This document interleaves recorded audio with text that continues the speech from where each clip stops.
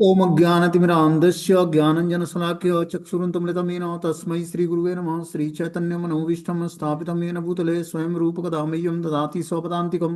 वन्देऽहं श्रीगुरुः श्रीयुतपदकमलं श्रीगुरून् वैष्णवाचं श्रीरूपं साग्रजातं सगण रघुनाथान्वितं तं सजीवं साद्वैतं सावधूतं परिजनसहितं कृष्णचैतन्यदेवं श्रीराधाकृष्णपादां सगणललिता श्रीविशाखान्विताश्च नारायणं नमस्कृत्यं नरं चैव नरोत्तमं देवीं सरस्वतीं व्यासं ततो जयमुदीरये सुनोदां स्वकथा कृष्ण पुण्यश्रवणकीर्तनं हृदयन्तस्तु भद्राणि विद्नोति सुरसतां नष्टप्रायेषु भद्रेषु नित्यं भागवत सेवया भगवती उत्तम श्लोके भक्तिर्भवति नैष्टिकी तदा रजस्तमोभावः काम लोभादय चेत एते निरावृत्तिं स्थिति सत्य प्रसिद्धति एवं प्रसन्न मनसो भगवत भक्ति योगता भगवत तत्व विज्ञान मुक्त संगस्य जायते विद्यन्ते हृदय ग्रंथि छिद्यन्ते सर्व संशयं क्षीयन्ते चास्य कर्माणि दृष्ट्वा एव आत्मनीश्वरे धर्म प्रोहितो कैटप्पो नत्रो परमो निर्मत्सराणां सतां वेद्यं वास्त्रमत्र वस्तु शिवदं तापत्रय उन्मूलनम् श्रीमद्भागवतं प्रमाण अम्लं प्रेमोपमार्थो महान श्री चैतन्य महाप्रभु मतमिदं तत्रादरो नापरः हे कृष्ण करुणा सिंधु दीनबंधु जगत्पते गोपेश गोपिका कांत राधा कांत नमस्तुते तप्त कांचन गौरांगे श्री राधे वृंदावनेश्वरी वृषभानुसुते देवी प्रणमामि हरिप्रिय वांछा कल्पतरुवक्ष कृपा सिंधुभ्येव च पतितानां पावनेभ्यो वैष्णवेभ्यो नमो नमः। जय श्री कृष्ण चैतन्य प्रभु नित्यानंद श्री अद्वैत गदाधर श्रीवासादि श्री गौर भक्तवृंद हरे कृष्ण कृष्ण कृष्ण हरे हरे हरे राम राम राम हरे हरे।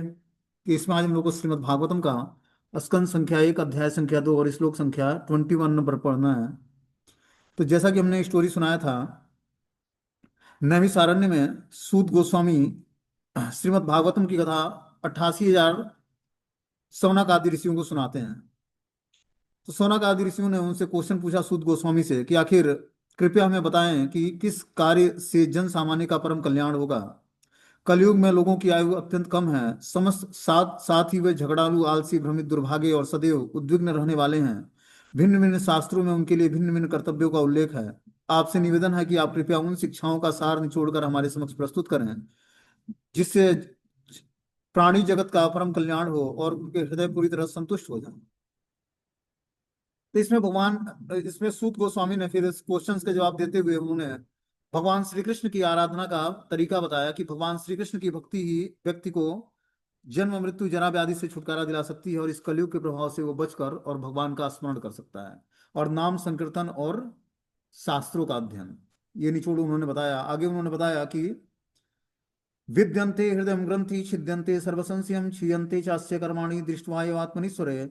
इस प्रकार जो व्यक्ति श्रीमद् भागवतम पढ़ता या सुनता है तो उसके हृदय की गांठ भिद जाती है और सारे संशय छिन्न भिन्न हो जाते हैं।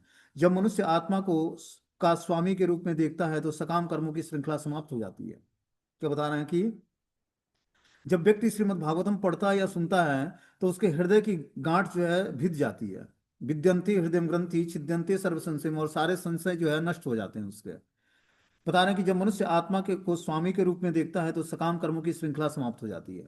जब वो भगवान की भक्ति को स्वीकार करता है, हरि नाम का जप करता है, श्रीमद् भागवतम जैसी कथाओं को सुनता है, तो उसके हृदय की ग्रंथि जो भौतिक संसार में भौतिक आसक्तियां हैं, वो आसक्तियां हमारी समाप्त होती हैं और सारे हमारे संशय नष्ट हो जाते हैं।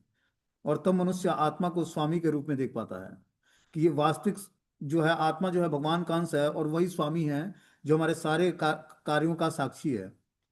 परमेश्वर साक्षी होते हैं और आत्मा जो है भगवान का अंश मात्र होता है। तो आत्मा को स्वामी के रूप में देख पाता है और समस्त सकाम कर्मों की श्रृंखला उसकी समाप्त हो जाती है। अगले श्लोक में बताते हैं सूत गोस्वामी, अथो वे कवयो नित्यम भक्ति परमयामुदम वासुदेवे भगवती कुर्वन्त्या मत प्रसादनिम। अतएव निश्चय ही सारे अध्यात्मादि अनंत काल से अत्यंत प्रसन्नता पूर्वक भगवान श्री कृष्ण की भक्ति करते आ रहे हैं, क्योंकि ऐसी भक्ति आत्मा को प्रमुदित करने वाली है। क्या बता रहे हैं कि अतएव निश्चय निश्चय ही सारे आध्यात्मादि अनंत काल से अत्यंत प्रसन्नता पूर्वक भगवान श्री कृष्ण की भक्ति करते आ रहे हैं। अनंत काल से प्रसन्नता पूर्वक भगवान कृष्ण की भक्ति करके व्यक्ति अपनी आत्मा को प्रमुदित कर सकता है, आत्मा को प्रसन्न कर सकता है। और कोई किसी की देवी देवता की उपासना नहीं, केवल भगवान की भक्ति को ही। जब भगवान की भक्ति को स्वीकार करेगा तब जाकर वो धीरे धीरे प्रसन्नता पूर्वक, जब भगवान श्री कृष्ण की भक्ति करेगा तब वो आत्मा को प्रमुदित कर पाएगा, प्रसन्न कर पाएगा। बोलते हैं सत्व रजस तम इति प्रकृते गुणास्ते युक्तम परम पुरुषम एक इहास्य धते स्थित्यादये हरि विचित्य ची हरेति संज्ञाम श्रेयांसी तत्र खलु सत्व न तो नृणाम स्यु।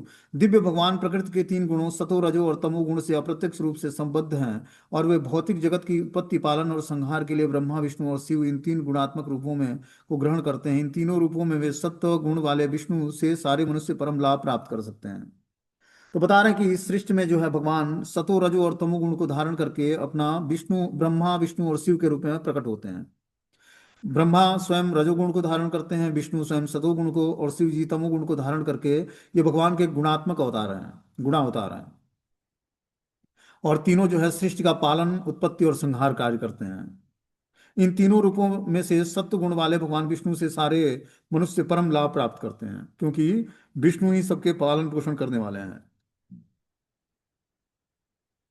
बता रहे हैं श्री कृष्ण के बाद अगला प्राकट्य बलदेव जी का होता है, और बलदेव फिर अपना विस्तार संकर्षण के रूप में करते हैं। संकर्षण के बाद नारायण, नारायण से दूसरे संकर्षण, और संकर्षण से विष्णु पुरुष अवतार का प्राकट्य होता है।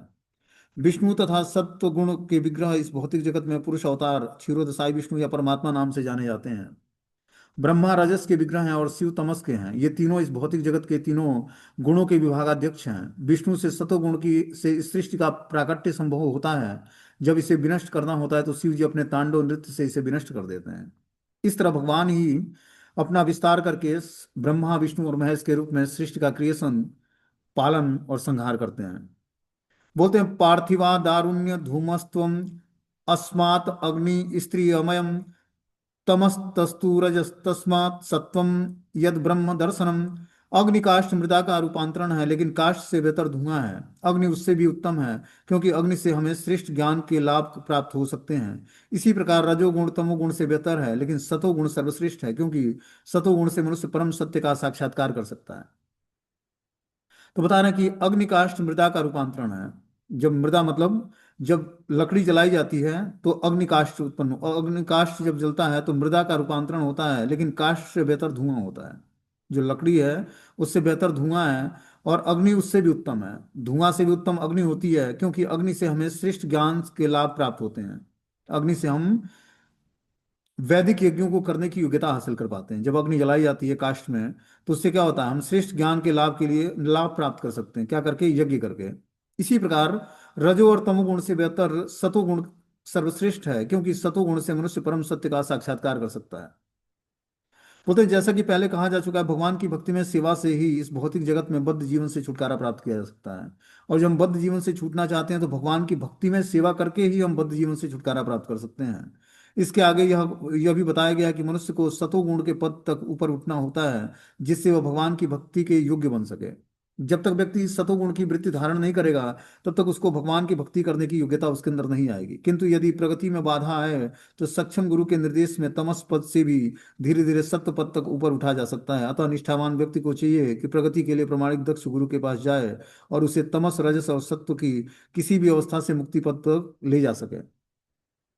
तो देखो, अपने प्रयास से हम सात्विक गुणों को धारण नहीं कर सकते हैं। सात्विक गुणों को धारण करने के लिए हमें एक गुरु चाहिए जो हमें रजो और तमोगुण से ऊपर उठाकर शुद्ध सात्विक प्लेटफॉर्म पर हमें स्थिर कर पाए। ठीक है ना? क्योंकि राजसी और तामसी वृत्ति धारण करने पर व्यक्ति के अंदर भोग वासनाएं जागृत होती हैं, वस्तुओं को भोगने की इच्छा जागृत होती है। देखो, त्याग करना, त्यागना मतलब स्वेच्छा से किसी वस्तु का दान दे देना। इससे क्या होता है, व्यक्ति का हृदय उदार हो जाता है। जो वस्तु अपने भोग की है उसको स्वेच्छा से हमने किसी को दान दे दिया, वो बहुत ही महान कृपा वरदान बन के हमारे जीवन में आती है। जो हम अपने भोग की वस्तु है और किसी को हमने स्वेच्छा से दान दे दिया, उस क्या होता है, फिर वो हमें बहुत ही बढ़ चढ़ के हमें वापस मिलता है फिर वो, और कृपा के रूप में मिलता है। भगवान की कृपा को आकर्षित करने वाला होता है वो। वही बता रहे हैं कि जब तक व्यक्ति सतोगुण के पद पर ऊपर उठ नहीं जाता तब तक वो भगवान की भक्ति के योग्य नहीं बनता है। जब तक हमारे अंदर तामसी और राजसी वृत्ति होगी तब तक हम भगवान की भक्ति की योग्यता नहीं आएगी हमारे अंदर। और सात्विक गुण का डेवलपमेंट कैसे होता है? जब हम सक्षम गुरु के निर्देश में धीरे धीरे सत्व पद तक ऊपर उठते हैं। किसी सक्षम गुरु के निर्देश के अनुसार हम जब कार्य करते हैं तब जाकर हम धीरे धीरे तामसिक और राजसी गुणों से ऊपर उठकर और सात्विक गुणों को धारण करते हैं। वो अवस्था मुक्ति पद कहलाती है। जब व्यक्ति मुक्ति पद को प्राप्त कर लेगा तो धीरे धीरे राजसी और तामसी वृत्ति को छोड़ देगा। बोलते हैं पूर्व काल में समस्त महामुनियों ने भगवान की सेवा की, क्योंकि वे प्रकृति के तीनों गुणों से परे थे। उन्होंने भौतिक परिस्थिति से मुक्त होने के लिए और फलस्वरूप परम लाभ प्राप्त करने के लिए भगवान की पूजा की। अतः जो कोई इस महामुनियों का अनुसरण करता है वह भी इस भौतिक संसार से मोक्ष का अधिकारी बन जाता है। और जब हमें इस भौतिक संसार से मोक्ष का अधिकारी बनना है, तो पूर्व काल में जो महामुनियों ने भगवान की सेवा की है, जो प्रकृति के तीन गुणों से परे थे और भौतिक परिस्थिति से पूर्ण रूपेण मुक्त थे और परम लाभ प्राप्त करने के लिए उन्होंने भगवान की पूजा की, उसी महामुनियों का अनुसरण करना पड़ेगा। तभी हम जाकर धीरे धीरे भौतिक संसार से मोक्ष के अधिकारी बनेंगे। भौतिक संसार से मोक्ष का अधिकारी बनने का क्या मतलब है कि हम राजसी और तामसिक वृत्तियों से ऊपर उठकर और सात्विक वृत्ति को धारण करके भगवान की भक्ति को करने लगेंगे, तो धीरे धीरे इस भौतिक संसार से हमारा, भौतिक संसार में रहते हुए भी हम मुक्ति पथ के अधिकारी बन जाएंगे। मुक्ति का मतलब होता है कि समस्त पाप कर्मों से छुटकारा और समस्त पाप कर्मों को करने की टेंडेंसी से छुटकारा, नेचर से छुटकारा पा जाना, कि अब हमसे कोई पाप कार्य नहीं बनेगा। ये बहुत इंपॉर्टेंट है। पाप कर्मों से तो छुटकारा प्राप्त कर सकता है, लेकिन पाप कर्मों के नेचर से छुटकारा प्राप्त करना बहुत ही मुश्किल है। क्योंकि जब तक वो हमारे अंदर बीज रूप में छिपा होता है, तब तक हम न चाहते भी ऐसे जगह गलती कर देते हैं जहां पर नहीं करना चाहिए। और इसके लिए चाहिए आध्यात्मिक शक्ति, जो हमें गलत कार्य करने से रोक सके। बोलते हैं मुमुक्षवो घोर रूपानम हित्वा भूतपतिनथम नारायणम कलाशांतम भजंती ह अनसूयवः। जो लोग मोक्ष के प्रति गंभीर हैं, वे निश्चित ही द्वेष रहित होते हैं और सबका सम्मान करते हैं, किंतु फिर भी वे देवताओं के घोर रूपों का अस्वीकार करके केवल भगवान विष्णु तथा उनके स्वांशों के कल्याणकारी रूपों की ही पूजा करते हैं। तो बता रहे हैं कि जो लोग मोक्ष के लिए गंभीर हैं, वे निश्चय ही द्वेष रहित होते हैं। और जो हमें मोक्ष के लिए गंभीर होना है, मोक्ष मतलब मुक्ति, मुक्ति मतलब भगवान की प्रेममय सेवा को प्राप्त करना है, तो हमें द्वेष रहित होना पड़ेगा। किसी से ईर्ष्या द्वेष नहीं करना पड़ेगा और सबको सम्मान देना पड़ेगा। समझ रहे बात को? तब जाकर हम निश्चित रूप से मोक्ष के अधिकारी बनेंगे। किंतु फिर भी वे देवताओं के घोर रूपों का स्वीकार करके केवल भगवान विष्णु और उनके स्वांश रूपी कल्याणकारी रूपों की ही पूजा करते हैं। तो जो इस तरह से मोक्ष के प्रति गंभीर है, वो देवताओं के अलग अलग रूपों को अस्वीकार करके मात्र भगवान विष्णु और उनके श्वास रूपी कल्याणकारी रूपों की ही पूजा करना चाहता है। बोलते हैं पूर्ण पुरुषोत्तम भगवान श्री कृष्ण, जो विष्णु कोटि के रूपों के मूल रूप हैं, वे दो विभिन्न कोटियों में अपना विस्तार करते हैं, पूर्ण एवं समग्र अंश तथा भिन्न अंश के रूप में। भिन्नांश सेवक हैं जो विष्णु तत्व के पूर्णांश सेव्य और पूज्य हैं। भगवान द्वारा शक्ति प्रदत्त सारे देवता भी भिन्नांश हैं, वे विष्णु तत्व की कोटि में नहीं आते हैं। तो देवी देवता की उपासना जो है हमें नहीं करनी चाहिए, क्योंकि वो भगवान विष्णु के तत्व में नहीं आते हैं। जो भगवान के आदि रूप के ही समान शक्तिमान होते हैं, विष्णु तत्व वे पुरुष हैं जो भगवान के आदि रूप के ही समान शक्तिमान होते हैं। वे विभिन्न कालों और परिस्थितियों में भिन्न भिन्न कोटि की शक्तियां प्रदर्शित करते हैं। तो विष्णु तत्व ही अपना जो है रूप विस्तार करके अलग अलग रूपों में और शक्ति प्रदत्त होकर और क्या करते हैं, अलग अलग परिस्थितियों में भिन्न भिन्न कोटि की शक्तियां प्रदर्शित करते हैं। तो उन भिन्न भिन्न शक्तियों का हमें स्मरण कर सकते हैं, पूजन कर सकते हैं, लेकिन देवी देवताओं की पूजा नहीं कर सकते हैं। आगे बता रहे हैं कि जो है रजस्तम प्रकृतयम समशीला भजन्ति वे पितृभूत प्रजे साध्वी श्री ऐश्वर्य प्रजे स्वम। जो लोग रजोगुणी तथा तमोगुणी हैं, वे पितरों तथा अन्य जीवों और उन देवताओं की पूजा करते हैं जो सृष्टि संबंधी कार्यकलापों के प्रभारी हैं, क्योंकि वे स्त्री धन शक्ति संतान का लाभ उठाने की इच्छा से प्रेरित होते हैं।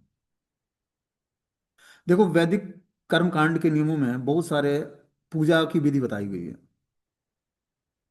उसमें जो लोग राजसी और तामसी वृत्ति को धारण करते हैं, वो पितरों की पूजा करते हैं, अन्य जीवों की पूजा करते हैं, देवताओं की पूजा करते हैं, जो सृष्टि संबंधी कार्यकलापों के प्रभारी हैं। बस उनका कार्य है मैनेजमेंट करना। जैसे सूर्य के देवता विश्वमान मुनि है, वो सूर्य क्या करता है, रोशनी देता है पूरे संसार को।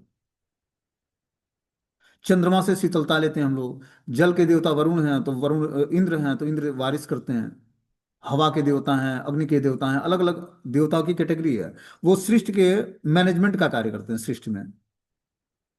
लेकिन हमें क्या करना है, ये जो देवी देवताओं की पूजा है या पितरों की पूजा है या अलग अलग देवी देवताओं की पूजा है, इससे व्यक्ति के अंदर स्त्री धन शक्ति संतान का लाभ उठाने की इच्छा से प्रेरित होकर व्यक्ति इन देवी देवताओं की पूजा करता है। कब तक? जब तक वो राजसी और तामसिक वृत्ति को धारण करता है। लेकिन जैसे ही वो सात्विक वृत्ति को धारण करेगा, यदि मनुष्य भगवान के धाम को वापस जाने के लिए गंभीर है, तो उसे किसी भी कोटि के देवता की पूजा करने की कोई आवश्यकता नहीं है। उसको मात्र भगवत गीता में यह स्पष्ट कहा गया कि जो लोग भौतिक भोग के पीछे पागल हैं वे अपने क्षणिक लाभ के लिए विभिन्न देवताओं के पास जाते हैं, लेकिन वो अल्पज्ञ कहलाते हैं। लेकिन जो भगवत भक्ति और भगवान से प्रेममय सेवा चाहता है वो भगवान कृष्ण की उपासना करता है।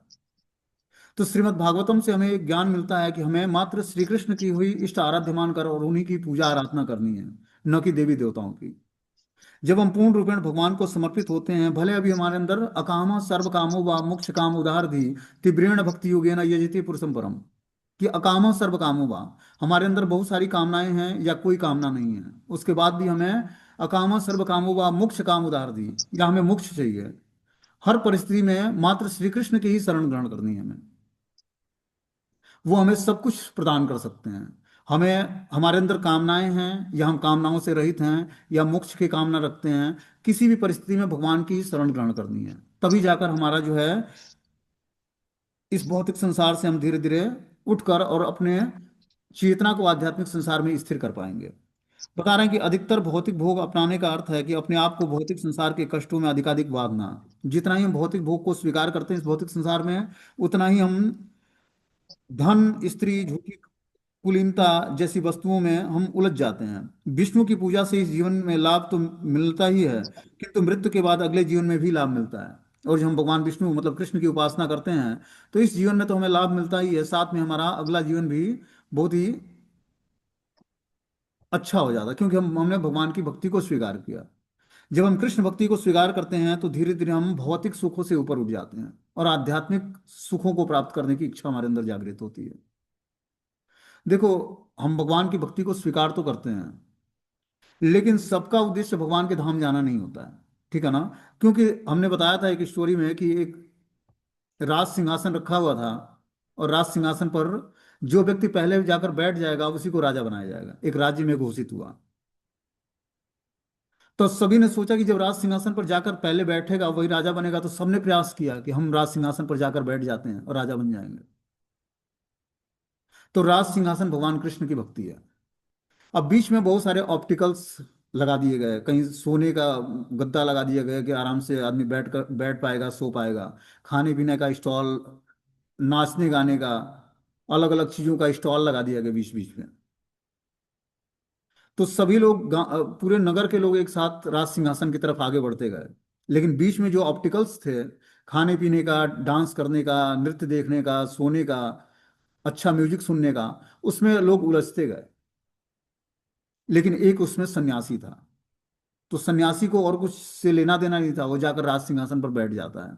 उसको राज सिंहासन भी नहीं चाहिए था, वो राज सिंहासन से भी आसक्त नहीं था, लेकिन उसका गोल निर्धारित था कि मुझे राज सिंहासन पर बैठना है शिक्षा देने के लिए। तो बीच में कहीं भी उलझा नहीं। तो कृष्ण भक्ति करते हुए हमारे जीवन में बहुत सारी चुनौतियां आएंगी, बहुत सारे चैलेंज आएंगे, बहुत सारे माया के प्रलोभन आएंगे। इस प्रलोभन में हमें नहीं फंसना है। जैसे ही व्यक्ति प्रलोभन में फंस जाएगा वैसे ही भगवान से दूर हो जाएगा। इसीलिए एलिवेटेड गुरु की शरण जब हम ग्रहण करते हैं, आचार्य की शरण ग्रहण करते हैं और उनके मार्गदर्शन में भगवान की भक्ति को स्वीकार करते हैं, धर्म शास्त्रों के अनुसार, भगवत गीता भागवतम के अनुसार अपने जीवन को हम ऑपरेट करते हैं, तब जाकर हम भगवान की भक्ति में सफलता प्राप्त करते हैं। जब तक हम स्वाध्याय यज्ञ और संकीर्तन यज्ञ से दृढ़ता पूर्वक नहीं जुड़ेंगे तब तक हमारे जीवन का गोल निर्धारित नहीं होगा। दीक्षा लेना एक औपचारिकता है। दीक्षा के बाद जब हम श्रवणम कीर्तनम करते हैं तब जाकर हमें विष्णु स्मरणम मतलब always remember Krishna never forget Krishna, ये स्थिति प्राप्त होती है कि मैं हमेशा कृष्ण को याद कर सकूं और कृष्ण को कभी ना भूलूं। तब जाकर भगवान की भक्ति के पर हमारा अधिकार बनता है, जब हम हमेशा भगवान कृष्ण को याद कर पाते हैं। तब हम हर वस्तु में भगवान का प्रेजेंस देख पाते हैं, अपने जीवन में भगवान का प्रेजेंस अनुभव कर पाते हैं, और यही जीवन का उद्देश्य है। प्रामाणिक गुरु को स्वीकार करने का उद्देश्य क्या है कि हम अपने जीवन की हर एक एक्टिविटी में भगवान का प्रेजेंस देख पाए, उनकी कृपा से, अपने प्रयास से नहीं। उनकी कृपा पर हम जितना ही आश्रित रहेंगे, अपने गुरु की कृपा पर, उतना ही हम भगवान का प्रेजेंस अपने जीवन में अनुभव कर पाएंगे। और वो कृपा का मतलब है कि उन्होंने हमें बताया कि आप श्रवणम और कीर्तनम में परफेक्शन लाओ। हर गुरु का एक ही आदेश है कि आप शास्त्रों को पढ़िए और भगवत नाम का जप करिए। तो जैसे ही हम हरे कृष्ण महामंत्र का जप करते हैं, शास्त्रों को पढ़ते हैं, वैसे ही हमारे अंदर परफेक्शन आता है और हम भगवान को अपने हर एक एक्टिविटी में प्रेजेंस अनुभव कर पाते हैं, और हमारा चेतना जो है कृष्ण भावना भावित हो पाता है। जीवन का वास्तविक उद्देश्य क्या है भक्ति करके? कि हम अपने मंडेन कॉन्शियसनेस को स्पिरिचुअलाइज कर लें, आध्यात्मिक कर लें। जो हमारी भौतिक चेतना है उसको आध्यात्मिकता करना ही भक्ति का उद्देश्य है। एक लाइन में कोई भक्ति की परिभाषा पूछे तो उसको क्या जवाब देना है? कि भक्ति की परिभाषा यही है कि हम अपने भौतिक चेतना को आध्यात्मिक चेतना में कैसे कन्वर्ट करें, इसीलिए हम भक्ति करते हैं। भक्ति की यही परिभाषा है कि हम अपने भौतिक चेतना को आध्यात्मिक चेतना में कन्वर्ट करना ही भक्ति है। वो कैसे होगी? जब हम ध्यान पूर्वक महामंत्र का जाप करेंगे, भगवत गीता भागवतम जैसे शास्त्रों को पढ़ेंगे और सुनेंगे, तब हमारी धीरे धीरे चेतना पवित्र हो, और पवित्र चेतना से ही हम भगवान को रियलाइज कर पाएंगे। ठीक है। बोलते हैं भौतिक सुख के लिए देवताओं के पास जाने की कोई आवश्यकता नहीं होती। ये देवता भगवान के दास मात्र हैं। फलतः ये जल वायु प्रकाश आदि के रूप में जीवन की आवश्यक वस्तुएं प्रदान करने के लिए बाध्य हैं। मनुष्य को चाहिए कि जीने के लिए कठोर श्रम करे और इसी श्रम के फल से भगवान की पूजा करे। यही जीवन का चरम लक्ष्य होना चाहिए।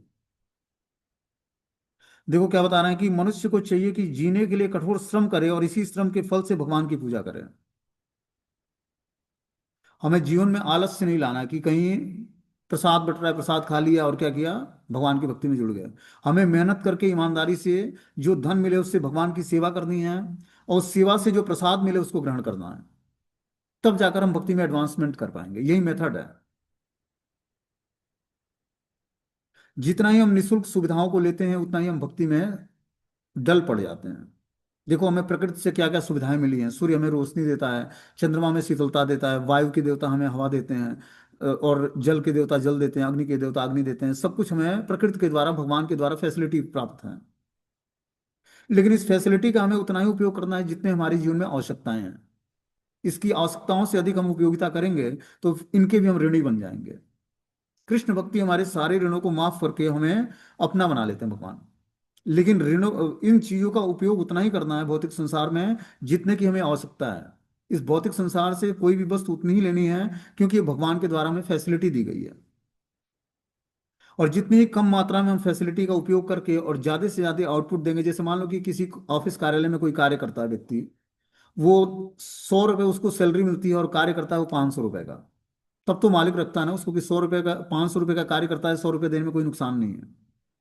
उसी प्रकार जब हम भगवान की भक्ति को तीव्रता से करेंगे और प्रकृति के द्वारा दी हुई फैसिलिटी का कम से कम उपयोग करेंगे, तब जाकर प्रकृति के ऋणों से हम छूट पाएंगे। मनुष्य इस भौतिक संसार में आते ही 3 ऋण उसको सताने लगते हैं: देव ऋण, ऋषि ऋण और पितृ ऋण। पितरों के द्वारा हमें शरीर प्राप्त होता है। ऋषियों के द्वारा हम शांति और सुख लाभ करते हैं, क्योंकि उनके भक्ति के प्रभाव से ही हम, हमारे जीवन में सुख और सुविधाएं मिलती हैं। हमारे भक्ति के प्रभाव से नहीं। जो ऋषि महात्मा दिव्य तपस्याएं करते हैं, नाम जप करते हैं, संकीर्तन करते हैं, उनके प्रभाव से, जो भगवान के शुद्ध भक्त हैं, जिनका उद्देश्य अपना कुछ स्वार्थ नहीं है, जिनका उद्देश्य जगत का मंगल और कल्याण करना है, ऐसे महात्माओं की कृपा से हम जैसे जो बद्ध जीव हैं या गृहस्थ आश्रम में रहने वाले लोग हैं, उनका कल्याण होता है। अपने प्रयास से कोई गृहस्थ जीवन में सुख और शांति लाभ नहीं कर सकता है। जब वो देवताओं, ऋषियों और पितरों को तर्पण करता है या उनकी प्रसन्नता के लिए कार्य करता है या भगवत सेवा करता है, तब उससे देवता, ऋषि और पितृ प्रसन्न होते हैं, और उनकी प्रसन्नता ही भगवान की प्रसन्नता है। तो जब हम दृढ़तापूर्वक भगवान की भक्ति में जुड़ते हैं, तब इन सारे ऋणों से हम मुक्त हो पाते हैं। इन सारे ऋणों से मुक्त होने के लिए हमें क्या करना पड़ेगा? प्रमाणिक गुरु की शरण ग्रहण करके उनके आदेश का एज इट इज पालन करना पड़ेगा। जिस भी हम प्रमाणिक गुरु से दीक्षा लेते हैं, गुरु शिष्य परंपरा में 4 संप्रदाय हैं: ब्रह्म, माधव, गौड़ी संप्रदाय, जिसको अपना संप्रदाय बोलते हैं। दूसरा है श्री संप्रदाय, तीसरा है कौमारी संप्रदाय, चौथा है वल्लभ संप्रदाय।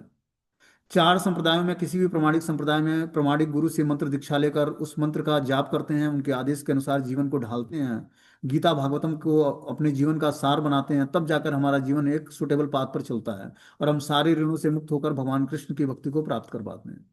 तब हमारे अंदर योग्यता आती है इस तरह की। तो जीवन का उद्देश्य जो है आत्मा की प्रसन्नता के लिए कार्य करना है, न कि शरीर के पालन पोषण के लिए। शरीर का पालन पोषण भाग्य के अनुसार हमारे जीवन में सब कुछ सुविधाएं मिलेंगी, धन भी मिलेगा, परिवार के जन भी मिलेंगे, विवाह शादी पढ़ाई लिखाई सब कुछ पहले से फिक्स है ये। कृष्ण भक्ति आपके जन्म पत्री में नहीं लिखा है। कृष्ण भक्ति तो भक्तों और गुरु की कृपा से मिलता है, और ये याचना करना अपना कार्य है। हम अपने गुरु और वैष्णव से याचना करके ही भक्ति के पाथ पर आगे बढ़ सकते हैं। ये पाथ ही क्या है, याचना भरा है। जितना ही हम कृपा के लिए गुरु और कृष्ण से प्रार्थना करेंगे, वैष्णव से प्रार्थना करेंगे, उतना ही हम स्पिरिचुअल लाइफ में, आध्यात्मिक जीवन में प्रोग्रेस करते जाएंगे। यही भक्ति का सार है। ये रास्ता ही कृपा सिद्ध प्रोसेस है। जितना ही हम कृपा की याचना करेंगे, उतना ही हमें कृपा मिलेगी। और कृपा की याचना तभी हम कर पाएंगे जब हम सेवा के मूड में होंगे, सेवा की भावना डेवलप करेंगे। क्योंकि जब हम धाम में भी जाएंगे, वहां भी भगवान की सेवा करते हैं, और भगवान स्वामी के रूप में सेवा ग्रहण नहीं करते हैं। भगवान भी सेवा करना चाहते हैं अपने भक्तों की। जैसे ही भगवान अपने शुद्ध भक्तों को, शुद्ध भक्त बन जाता है व्यक्ति, वैसे ही भगवान अपने शुद्ध भक्तों की सेवा करना चाहते हैं। और शुद्ध भक्त भगवान से सेवा लेना नहीं चाहता है। तब वो प्रार्थना करता है, न धनम न जनम न सुंदरी कविता वा जगदीश काम है, मम जन्मनि जन्मनीश्वरे भवताद भक्ति है हेतु की तो। हे प्रभु, अब न तो मुझे धन चाहिए, न जन चाहिए, न कविता, न सुंदरी, कुछ नहीं चाहिए। अब मात्र अहेतु की अप्रतिहता भक्ति चाहिए, जिसमें अपना कोई हेतु ना हो, मात्र आपकी प्रसन्नता ही हमारे जीवन का उद्देश्य हो। ये भक्ति भगवान से मांगता है वो। जब तक वो स्थिति प्राप्त नहीं होती, तब तक भगवान से हम लोग मांगते हैं, न धनम देही, जन्म देही, सब कुछ, रूपम देही, विद्या देही, सब कुछ मांगते हैं। लेकिन जैसे ही ये स्थिति प्राप्त होती है, वैसे ही हम भगवान से क्या बोलते हैं, न धनम न जन्म, कविता न कविता, न सुंदरी कविता वा जगदीश काम है, मम जन्मनी जन्मनीश्वरे भवताद भक्ति है हेतु की तो। कि आप हमें अपनी आहेत की अप्रतिहता भक्ति देती है, जो आत्मा को भाने वाली भक्ति है। और इस प्रकार जीवात्मा जब ऐसी भक्ति की याचना करता है, तो भगवान उसे निश्चित रूप से अपनी आहेतु की अप्रतिहता भक्ति देते हैं, जो आत्मा को भाने वाली भक्ति है। और फिर जाकर जीवात्मा ब्रह्मभूत प्रसन्न आत्मा न सोचति न कांचति सम सर्वेषु भूतेषु मद भक्ति लभते परम, भगवान की भक्ति पर उसका अधिकार बन जाता है। जब वो पूर्ण रूपेण आत्म साक्षात्कार कर लेता है, तब वो प्रसन्न हो जाता है। बोलते हैं वासुदेव परा वेदा, वासुदेव परांगमखा, वासुदेव परा योग, वासुदेव परा क्रिय, वासुदेव परम ज्ञानम, वासुदेव परम तप, वासुदेव परो धर्म, वासुदेव पराम गति। प्रमाणिक शास्त्रों से ज्ञान का परम उद्देश्य पूर्ण पुरुषोत्तम परमेश्वर श्री कृष्ण है। यज्ञ करने का उद्देश्य उन्हें ही प्रसन्न करना है। योग उन्हीं के साक्षात्कार के लिए है। सारे सकाम कर्म अंततः उन्हीं के द्वारा पुरस्कृत होते हैं। वे परम ज्ञान है, और सारी कठिन तपस्या उन्हीं को जानने के लिए की जाती है। उनकी प्रेम पूर्वक सेवा करना ही धर्म है, वे ही जीवन के चरम लक्ष्य हैं। क्या बता रहे हैं कि प्रमाणिक शास्त्रों में ज्ञान का परम उद्देश्य पूर्ण पुरुषोत्तम परमेश्वर श्री कृष्ण है। जो प्रमाणिक शास्त्र हैं, प्रमाणिक शास्त्र मतलब गीता और भागवतम, श्रीमद् भगवत गीता और भागवतम के माध्यम से ही हम ज्ञान के परम उद्देश्य पूर्ण पुरुषोत्तम भगवान श्री कृष्ण को जान पाते हैं। यज्ञ करने का उद्देश्य भगवान को ही प्रसन्न करना है। जो हम यज्ञ करते हैं, स्वाध्याय यज्ञ या संकीर्तन यज्ञ, उसका मात्र एक उद्देश्य है प्रभु को प्रसन्न करना, कृष्ण को प्रसन्न करना। योग उन्हीं के साक्षात्कार के लिए है। जो हम भक्ति योग का पालन करते हैं, उन्हीं को साक्षात्कार, उन्हीं का रियलाइजेशन करने के लिए है। सारे सकाम कर्म अंततः उन्हीं के द्वारा पुरस्कृत होते हैं। जो भी हम सकाम कर्म करते हैं, सकाम मतलब भौतिक इच्छाओं को लेकर कर्म करना। एक होता है सकाम कर्म, दूसरा है निष्काम कर्म। सकाम कर्म व्यक्ति अपनी इच्छाओं को तृप्त करने के लिए करता है, और निष्काम कर्म कर्म जो है भगवान की इच्छाओं को तृप्त करने के लिए करता है। तो धीरे धीरे हमारे अंदर सकाम कर्म की इच्छा पहले होती है, और धीरे धीरे उसको निष्काम करते हैं। जब हम सकाम कर्मों की इच्छाओं करके करके और सकाम कर्म करते हैं, उसके फल को भगवान को अर्पित कर देते हैं, तो वो निष्काम कर्म बन जाता है। भगवान ने क्या बोला, कर्मण्येवाधिकारस्ते माँ फलेषु कदाचन माँ कर्म फल हेतुर्भुः माते समुच्च कर्मणि। कि हे अर्जुन, कर्म करने का अधिकार तुम्हारा है, फल की चिंता नहीं करनी है तुझे, फल तो मेरे अधिकार में है। क्या उसका परिणाम देना है हमें। तो कर्म जो हम करते हैं, उसका फल जो मिलता है, उसको भगवान को जब हम समर्पित करेंगे, तो वो हमारा निष्काम कर्म बन जाएगा। और पूर्ण रूपेण कर्म करते हुए हमें कृष्ण भावना भावित रहना है। वो कैसे हम हो पाएंगे, जब हम अपने मन और बुद्धि को भगवान के नाम रूप गुण लीला धाम में एकाग्र करेंगे। वो कैसे होगा, जब हम ध्यान पूर्वक हरे कृष्ण महामंत्र का जाप करेंगे, तब हमारी बुद्धि एकाग्र होगी। एकाग्र बुद्धि से ही भगवान श्री कृष्ण के चरण कमलों के प्रति हमारी प्रीति जागृत होगी। वे परम ज्ञान है, और सारी कठिन कठिन तपस्या उन्हीं को जानने के लिए की जाती है। जो भी हम तपस्या दान और यज्ञ करते हैं, वो मात्र उद्देश्य क्या है, भगवान को परम तत्व के रूप में जान जाएं। उनको प्रेम पूर्वक सेवा करने का ही हमारा धर्म है, वे ही जीवन के चरम लक्ष्य हैं। जब हम प्रेम पूर्वक भगवान की सेवा करेंगे, तब हम ये जान पाएंगे कि कृष्ण ही हमारे जीवन के चरम लक्ष्य हैं, और उन्हीं को प्राप्त करना है हमें।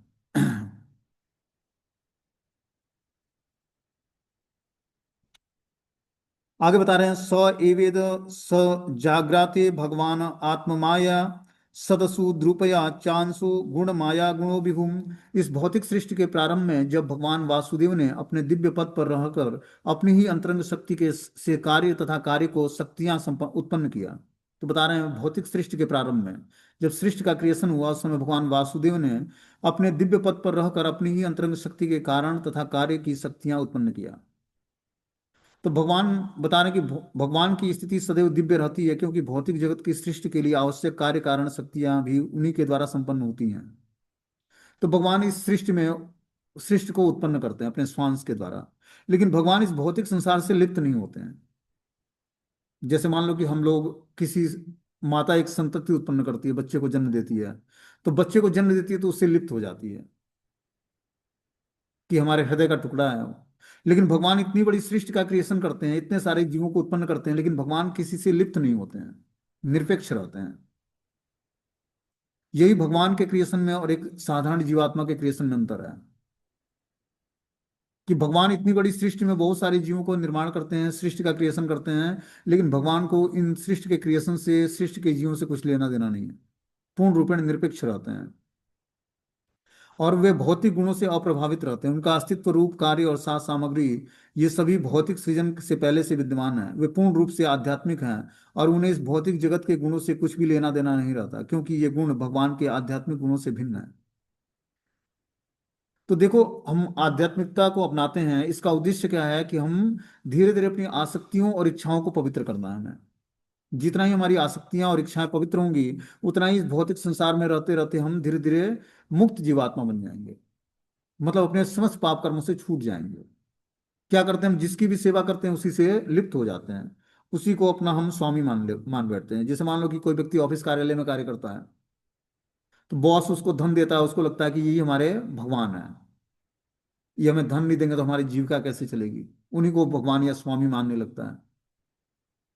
लेकिन जब वो पूर्ण रूपेण आश्रय भगवान का लेगा और भौतिक संसार में कार्य करते हुए किसी से लिप्त नहीं होगा, तब जाकर वो अपने वास्तविक स्वामी को पहचान पाएगा। कृष्ण ही हमारे वास्तविक स्वामी हैं। उन्होंने उनके द्वारा निर्देशित होकर मैं यहाँ पर काम कार्य करने के लिए मैं आया हूँ। किसके लिए? उनकी सेवा करने के लिए।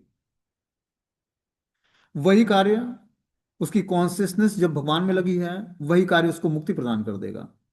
वही कार्य जब वो कॉन्सियसनेस उस मालिक या ऑफिस कार्यालय के बॉस पर लगी है, तो वही कर्म उसको बांध देगा। कर्म वही है, बस विचारों का अंतर है। जैसे ही हमारे विचार पवित्र होंगे, वैसे ही हमारे कर्म पवित्र हो जाएंगे। विचार कैसे शुद्ध होंगे? विचार शुद्ध होंगे जब हम भगवान से अपने विचारों को तालमेल बैठा लेंगे। वो कैसे होगा? जब हम ध्यान पूर्वक महामंत्र का जप करेंगे, शास्त्रों को पढ़ेंगे, तो हमारे विचार धीरे धीरे पवित्र हो जाएंगे, हमारी कॉन्सियसनेस पवित्र हो जाएगी, चेतना पवित्र हो जाएगी। पवित्र चेतना से किया हुआ हर कार्य हमें मुक्ति प्रदान करेगा। चाहे हम घर में परिवार में बच्चों का पालन पोषण करते हैं, माता पिता की सेवा करते हैं, ऑफिस कार्यालय में जॉब करते हैं, बिजनेस में क्लाइंट क्लाइंट हैंडल करते हैं, जो भी कार्य करते हुए अपनी चेतना को भगवान में स्थिर करते हुए अपने सारे कार्य करेंगे। और यही कृष्ण कॉन्शियसनेस है। यही भगवान ने भगवत गीता में ज्ञान दिया कि कर्मयोग का पालन कर अर्जुन। तो कर्मयोग का पालन अपने सारे कर्मों को करते हुए मेरा स्मरण करो, चित्त को मेरे में लगाओ। मन मना भव मद भक्ता मद्या जीवा नमस्कुरु।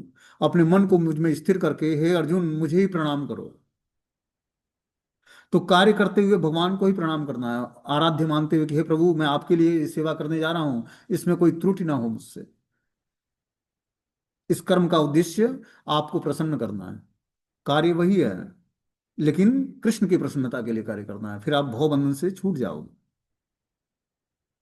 बता रहे हैं कि तया विलसिष्य तेवेषु गुणेषु गुणवानितः अंतम प्रविष्ट आभाति विज्ञानेन विजिवृतम। भौतिक पदार्थों की उत्पत्ति के करने के बाद भगवान वासुदेव अपना विस्तार करके उसमें प्रवेश करते हैं। यद्यपि वे प्रकृति के गुणों में रहते हुए उत्पन्न जीवों में से एक जैसे लगते हैं, किंतु वे सदैव अपने दिव्य पद पर पूर्ण रूपेण आलोकित रहते हैं। तो भगवान इस भौतिक संसार में बहुत सारे जीवों को प्रकृति के गुणों के अनुसार उत्पन्न करते हैं, लेकिन वो सदैव उस अपने दिव्य पद पर आसीन रहते हैं। बता रहे हैं कि परमात्मा रूप में भगवान सभी वस्तुओं में उसी तरह व्याप्त रहते हैं जिस तरह काष्ठ के भीतर अग्नि व्याप्त रहती है। और इस प्रकार यद्यपि वे एक एवं अद्वितीय हैं, वे अनेक प्रकार से दिखते हैं। तो भगवान जिस तरह परमात्मा रूप में हर जीवों के अंदर विद्यमान रहते हैं, जिस तरह काष्ठ में अग्नि छिपी होती है, उसी तरह परमात्मा हर जीव के अंदर व्याप्त रहते हैं। और यद्यपि यद्यपि वे एक और अद्वितीय हैं, वे अनेक प्रकार से दिखते हैं। आगे बता रहे कि भौतिक जगत के तीन गुणों से प्रभावित हुए जीवों के देह में परमात्मा प्रविष्ट होते हैं और सूक्ष्म मन के द्वारा तीनों गुणों के फल भोगने के लिए जीवों को प्रेरित करते हैं। तो जो भौतिक जगत में तीन गुणों से प्रभावित जीवात्मा है, उसके अंदर परमात्मा रूप में भगवान निवास करते हैं। और परमात्मा के द्वारा प्रेरित होकर जीव तीन गुणों के फलों को भोगने के लिए जीवों को प्रेरित करते हैं भगवान। इसीलिए हमें भक्ति करके शुद्ध सात्विक प्लेटफॉर्म पर अपनी चेतना को स्थिर करना है। उससे क्या होगा, हम धीरे धीरे तीनों गुणों के प्रभाव से मुक्त हो जाएंगे। और दिव्य धरातल पर अपनी चेतना को स्थिर करते ही हम सारे कष्टों से मुक्त हो जाएंगे। बस प्रकृति के गुणों को धारण करने से जीवात्मा को कभी सुख कभी दुख का अनुभव होता है, कभी लाभ और कभी हानि का अनुभव होता है, कभी जय और कभी पराजय का अनुभव होता है। भगवान ने क्या बोला भगवत गीता में कि सुख दुखे समय कृत्वा लाभा लाभो जया जयो तथो युद्धाय जस्य नैवं पापम वाप्स्यसि। कि सुख दुखे समय कृत्वा, सुख और दुख में समान भाव रखो। लाभा लाभो जया जयो, लाभ और हानि में, जय और पराजय में, हर परिस्थिति में संभाव रखो अर्जुन। तो हर परिस्थिति में संभाव कैसे रख पाएंगे हम? जो अपनी चेतना को कृष्ण में स्थिर रखेंगे, तब हम हर परिस्थिति में भगवान का प्रेजेंस अनुभव कर पाएंगे। और चेतना स्थिर तभी होगी जब हम महामंत्र का ध्यान ध्यान पूर्वक जप करेंगे। तभी हमारी चेतना भगवान में स्थिर हो पाएगी और हम हर परिस्थिति को एज ए भगवान की कृपा को कृपा के रूप में देख पाएंगे। कि हमारे जीवन में विपरीत परिस्थिति आई तब भी कृष्ण की कृपा है, और अच्छी परिस्थिति है तभी भी भगवान कृष्ण की कृपा है। जब हमारे जीवन में कष्ट आते हैं तो लगता है भगवान के द्वारा दिए हुए हैं, जब सुख के दिन आते हैं तो लगता है कि हमने कर्म ऐसा किया है जिसके कारण हमें सुख मिल रहा है। और जब विपरीत परिस्थिति आती है तो भगवान पर ब्लेम करते हैं कि भगवान के कारण है। यही मूर्ख जीवात्मा का दिमाग होता है कि जब विपरीत परिस्थिति आती है तो भगवान को दोष देता है, और जब अच्छी परिस्थिति आती है, सुख के दिन आते हैं, तो उसको लगता है कि मेरे कर्म के कारण मुझे सुख मिल रहा है। और यही बद्धता का लक्षण है। हर परिस्थिति में भगवान के द्वारा, आपके कर्म के द्वारा, भगवान के परमात्मा के द्वारा उत्प्रेरित होकर जीवात्मा कभी सुख और दुख का अनुभव करता है। आगे बता रहा है कि भाव यत्तेषु सत्वेन लोकानां विवेलोक भावनम लीला अवतार नुरतो देवतिर्यज्ञ नरादिषु। इस प्रकार सारे ब्रह्मांड के स्वामी देवता, मनुष्य और निम्न पशुओं से आवासित सारे ग्रहों का पालन पोषण करने वाले हैं। वे अवतरित होकर शुद्ध सत्व गुण में रहने वाले के उद्धार हेतु लीलाएं करते हैं। तो भगवान इस सारे ब्रह्मांड के और सारे देवताओं, मनुष्यों और सभी पशुओं के और सारे ग्रहों का पालन पोषण करने की जिम्मेदारी भगवान विष्णु पर है। वे अवतरित होकर शुद्ध सत्व गुण में रहने वाले जीवों के उद्धार हेतु लीलाएं करते हैं। तो जो शुद्ध सत्व के प्लेटफॉर्म पर अपनी चेतना को स्थिर करता है, उसका उसकी उद्धार के लिए भगवान लीलाएं संपन्न करते हैं। ठीक है। तो हमें भगवान की लीलाओं को जानने के लिए, भगवान को अपने जीवन में अनुभव करने के लिए हमें सतोगुण की वृत्ति धारण करनी पड़ेगी। और उससे ऊपर उठकर शुद्ध सत्व के प्लेटफॉर्म पर जब हम अपनी चेतना को स्थिर करेंगे, तब हम भगवान को प्रेजेंस अपने जीवन में अनुभव कर पाएंगे। ठीक है। हरे कृष्णा। अब कल से जो है समस्त अवतारों के स्रोत भगवान कृष्ण है, इसकी लीलाएं हम लोग सुनेंगे। भगवान